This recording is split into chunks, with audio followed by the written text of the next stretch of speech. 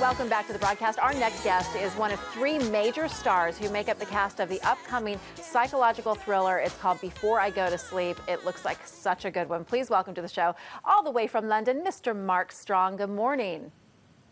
Good morning. How nice to be here. Okay, Mark, this movie, I saw the trailer last night, and it looks terrifying. It looks interesting. Give us kind of a synopsis of the plot.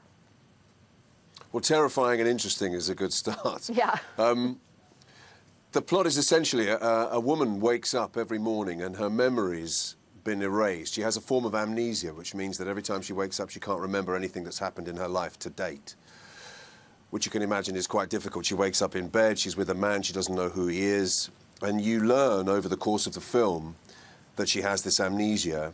And basically you go on a journey with her so that everything she finds out on every given day about who she is, where she's from, what's happened to her, who the people around her are, you're finding out as an audience as well.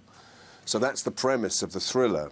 And her husband, Ben, is played by Colin Firth. Right. And I play her doctor, Dr. Nash. So she has these two men in her life, and neither of whom she knows too much about or who to trust. And now your character asks her, he comes into the picture and then asks her to start recording some elements of her days so that she remembers some information, and she kind of starts to piece together this mystery that is her condition and really what happened to her to put her in that state, right?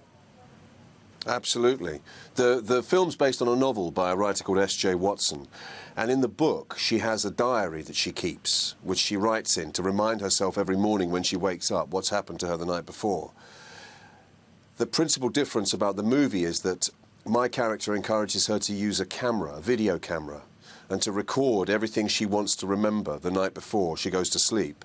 And next morning, I give her a call, tell her to go and look in the wardrobe, where there will be a camera which fills in the blanks for her. The thriller element is born of the fact that she doesn't really know on any given day who she is, where she's come from, or where she's going, or who to trust, or who's going to help her. Ross, that's a big one. And, you know, the movie Gone Girl was such a hit at the box office, continues to be, and it is the same sort of like psychological thriller. Do you think audiences are just ready for another one? They're just, I think these are the sort of movies that people get really excited about seeing.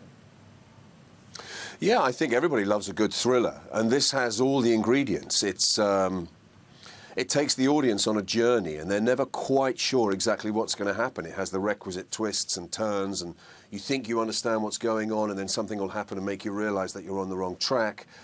Everybody wants to identify who the good guy, the bad guy, who they are, and exactly what's going on. But this film and the director Rowan has done a very good job of keeping you pretty much on a knife edge, so that at any given moment you're unsure about where you're going, or if you're lulled into a sense of security and think you do know where you're going, you'll find that you're probably wrong. When you read the screenplay, were you just like, were you glued to it and you just said, I'm in, I'm in? Yeah, I mean, with a thriller, the most important thing is the old cliche, which is that it's a page-turner. And it absolutely was. When I read it, I just absolutely wanted to find out what was going to happen.